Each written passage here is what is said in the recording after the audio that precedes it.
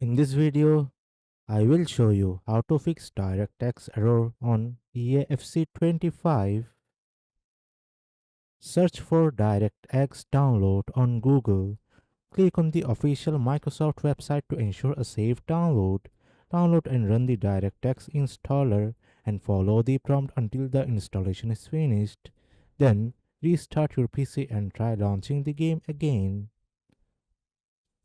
Now go to Windows search bar and search for Device Manager.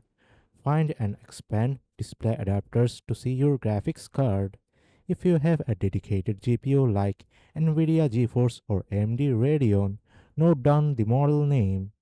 For NVIDIA users, visit the official NVIDIA website, select the GeForce and find your specific model like GTX 1050 Ti in my case.